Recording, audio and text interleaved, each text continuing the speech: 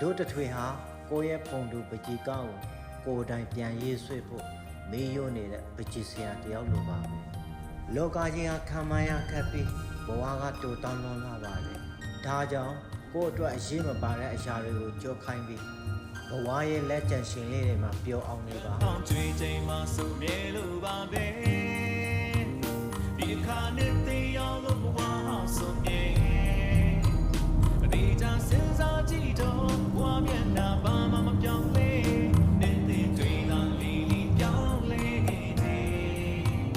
ဝါရဲ့တန်ရာတွေကိုမေးရင်ခွင့်က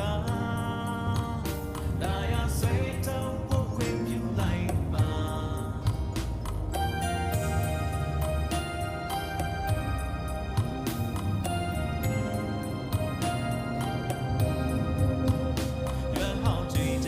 ဆိုမြဲလို့ပါပဲဒီခါနဲ့တေးအောင်လို့ဘဝအောင်ဆိုမြဲအဒီကြစဉ်းစား